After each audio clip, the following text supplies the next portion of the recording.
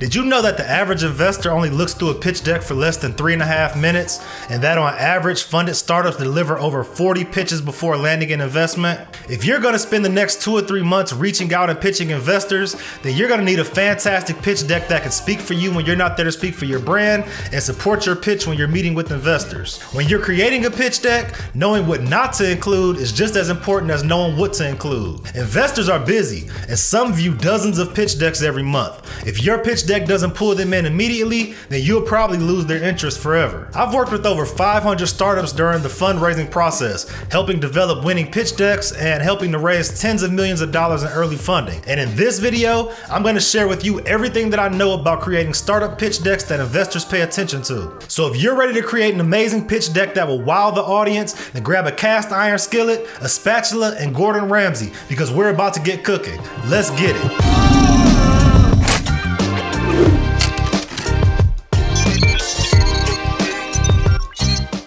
Hey guys, I'm Mike Sims from ThinkLions, and on this episode of Startup Squared, we're going to discuss the ins and outs of creating an impactful pitch deck. I'm going to take you through the 9 slides that every pitch deck needs, give you some tips on making those slides as effective as possible, and show you a few examples so you know exactly what each slide should look like. But the first thing that you should know is that no one cares about a pitch deck just for the sake of having a pitch deck. The pitch deck is just a vehicle for delivering your startup story in a way that viewers can easily digest. The format is important because it creates a framework for your story and allows you to explain your startup in a way that keeps the audience engaged and on the hook. So let's break down the must-have slides for a successful startup pitch deck.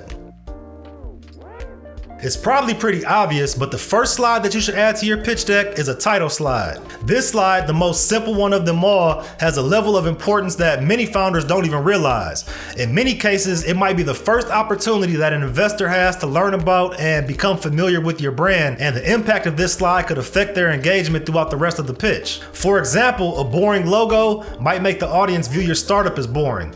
A confusing tagline could immediately turn them off from listening to another word of what you have to say. It might be a super simple slide in terms of its presentation, but really it sets the stage and the tone for your entire pitch. So how do you create an awesome title slide? Well, you keep it simple. You put a logo, the brand name, and a tagline, but you have to make sure that each element is strong. The logo should represent the brand, and the tagline should give the audience at least some kind of clue into what the business is all about. You don't want to over-design this slide. You want to use white space and minimalism to draw the eye to the most important part of the slide, the logo and the tagline. If you decide to add product images to this slide, just make sure that they're professional images that add to the slide as opposed to taking away from it. Check out this title slide from Tourist Eye. It's simple and it uses a blurred image in the background to bring the focus onto the logo and the tagline. The tagline is only 4 words, personalizing the traveling experience. But even though it's simple, we know that we're targeting the tourist and travel industries and that the solution includes some sort of personalization for travelers. Viewers interested in the tourism industry will immediately become more engaged as soon as they see Tourist Eye's title slide. And if you're asking yourself if it worked out for them, well, Tourist Eye went on to raise $65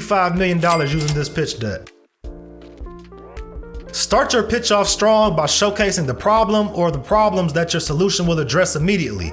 Your product or service should exist to solve a real market problem. Explaining the customer problem early on makes it much easier for the audience to understand the benefits that you will present later in the presentation. One mistake that I often see when reviewing pitch decks is slides that attempt to showcase a dozen different problems. Investors know that when a startup attempts to solve too many problems, they often end up not solving any problem effectively. Instead, you need to identify what the real issue is, the challenges that causes them enough pain, discomfort, or disdain that they will seek out a solution. Because the audience can easily understand 1 or maybe 2 problems, but once you start listing 5, 6, or more problems that you're seeking to solve, they'll immediately view you as a lost startup that actually has no idea what their actual value proposition is. You also need to prove that the problem is actually a problem. The slide should present data that backs up your statement. If you say that fishermen need lure because they hate getting worm juice on their fingers, then you need to present data that backs that up. Have you surveyed fishermen to see if worm juice actually bothers them? Or did you just decide that since you don't like worm juice, that no one likes worm juice? Are there studies that show that a high percentage of fishermen list worm juice as the #1 obstacle to catching fish? Or do you just assume that's the case? If you're going to claim that a problem exists, you don't just have to define that problem,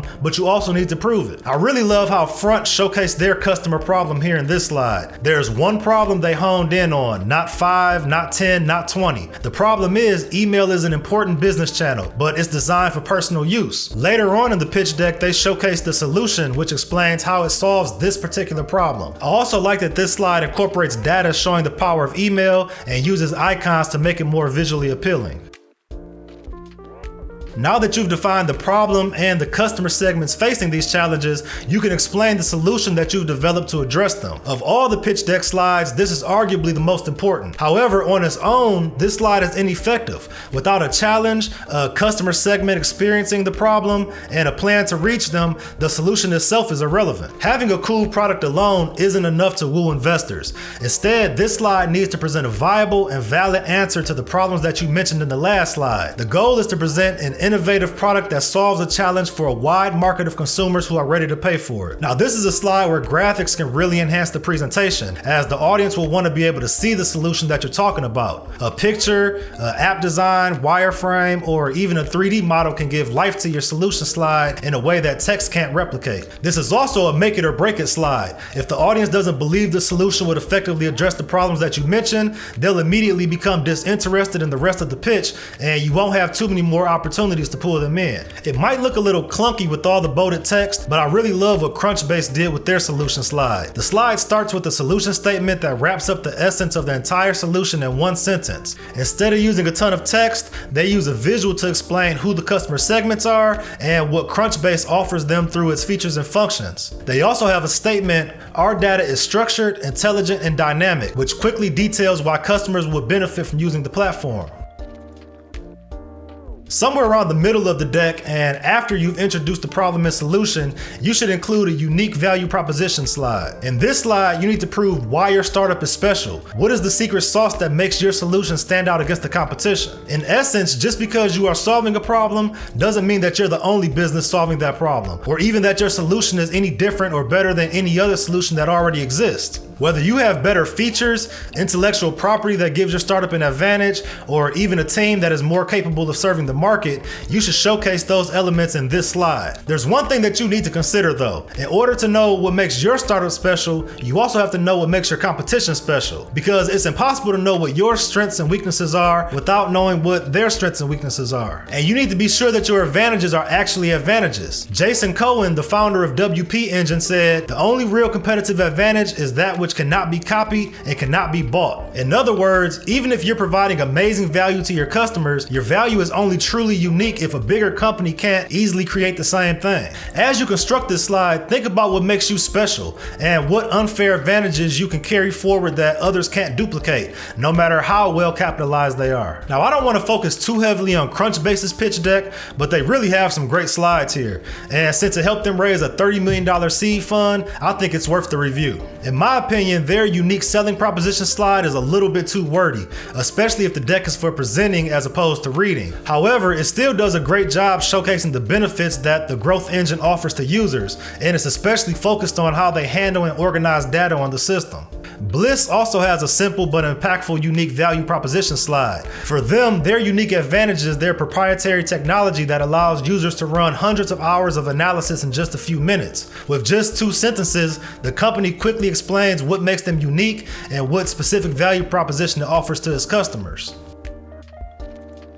So now you've expressed that there's a customer segment experiencing a massive problem, but investors are going to want to know exactly how large that market is. In this slide, you should display how many people actually experience that problem and how many you can reach with your product or solution. Not every business will have markets with millions and millions of potential customers. A social media platform may have a market size in the billions, while a startup that serves school districts in the United States may only have thousands of customers in that market. And that's okay as long as you can show that the opportunity is extremely profitable. One good idea is to use a market size analysis to determine your total addressable market, your serviceable available market, and your serviceable obtainable market. Showcasing the information this way helps investors understand both the total market as well as the portion of the market that the business can realistically serve. Heyday's pitch deck does a good job of detailing the total addressable market. They use stats from TechCrunch to show the estimated value and growth of the chatbot market, a market which the audience might be less familiar with. By proving that a large market exists, they're able to prove the potential of their solution to investors who might be reading the pitch deck or sitting in the audience. The cannabis company Be Great used a bar graph to showcase the potential and the growth of the CBD market. Instead of showing one number as Heyday did, Be Great broke it down into sub-markets, including pharmaceutical, marijuana-derived, and hemp-derived. Even if the numbers weren't here, they made it easy to see that the market is exploding and that a large market opportunity exists. It's not always clear how a new startup earns money, and if there's one thing that investors care about, well, it's how a startup earns money. In the business model slide, you need to show exactly how the startup will deliver value to its customer segments and how it'll produce revenue. A massive number of startups fail due to a flawed business model, so it's essential that you can showcase a model that considers cost and expenses and ensures that the company will produce massive profits as it scales and expands. Wunderlist made their business model simple by showcasing their pricing for the different packages. They offer a freemium model so users can use the application free of charge, as well as a pro or premium version and a team-focused version. Through this slide, it's easy to recognize exactly how they make their money. Twine also makes its business model crystal clear in its pitch deck. Companies post briefs and Twine takes a 20% commission of the transaction. It's an easy to comprehend model that doesn't take an overly designed slide to understand. Airbnb had a pretty impressive business model slide too. On this slide, they make it clear that their revenue model is charging a 10% commission on each transaction. However, they also show how that 10% commission will lead to over $2.1 billion in revenue based on their expected share of the market. The founder or team slide is equally or even more important than the solution slide. Bad teams can destroy great businesses, and great teams can turn average ideas into industry-leading solutions. In this slide, you need to prove that your team includes the right founders, managers, and advisors to introduce, manage, and scale the company. Really, the team slide ties it all together. Investors view the strength of the team as one of the most essential elements of a high-potential startup, and they want to know that each team member has the necessary skills, experiences, and backgrounds to achieve the startup's goals and objectives. Keep in mind that you have limited space on the slide, so you can't give a whole biography of each member. You have to be creative enough to get the message across while minimizing the amount of text, focusing on only the most important and relevant parts of each team member's background. One way that you could showcase the team in your pitch deck is to do how 1906, a food and beverage company, did with theirs. They kept it rather simple, showing a headshot of each founder, along with their name and position, and a few bullet points that showcase their backgrounds. It's super simple, maybe a little text heavy, but it gives enough information that readers can understand the strength of the team. MapMe, on the other hand, did something totally different from 1906. Instead of using text, they simply placed logos of companies each founder has served in the past. Now, granted, this approach doesn't tell which role they played or their impact while serving in each of these positions, but it's easy to digest and allows the presenter to fill in the blanks as they give the presentation.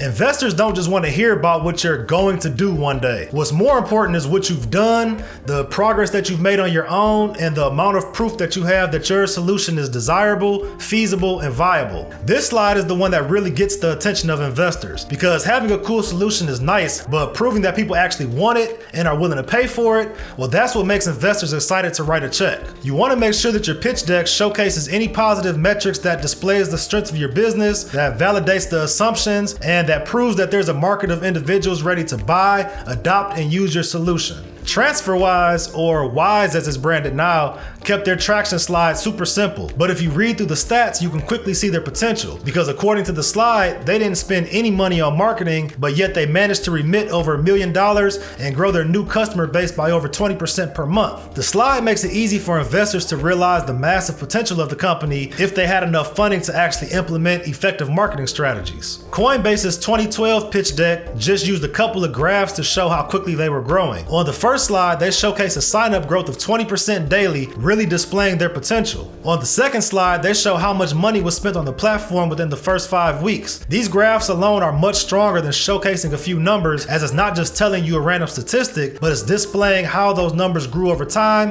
which makes it easier to predict how they will grow into the future.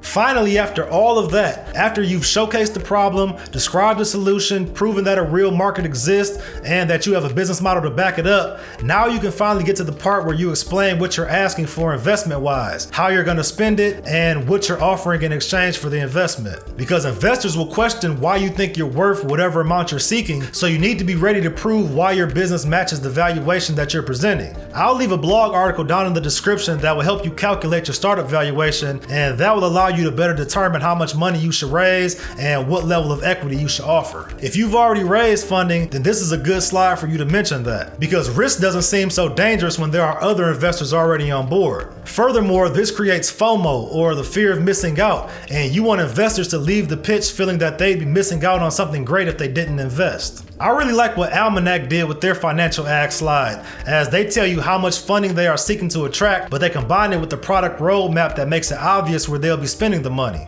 On this slide, it's extremely clear that the funding will give them a 5-quarter product development runway and would allow them to reach a particular level of revenue after product finalization. Fairwheel simply just listed exactly what they were looking for, £20 million, so they could take over the UK. And did it work? It did, and they quickly raised exactly what they were looking for. So there you have it. That's everything that you need to create a compelling pitch deck that tells your story in a way that investors can comprehend and understand. It doesn't take a ridiculous amount of information or a world-class design. In fact, some of the most impactful pitch decks were also the most simple. What it does take is a great story, engaging visuals, and a level of creativeness that allows you to use the limitations of a PowerPoint presentation as a strength for your pitch deck. Follow these steps and I'm sure that you'll level up your pitch and increase your chances of fundraising success. But along with your pitch deck, you're also going to need a really great business plan. And if you're having trouble writing one, don't worry, because we have an awesome guide right here that'll give you all the tips that you need to write a business plan that engages and compels investors. I hope you enjoyed this video, and I'll see you in the next one.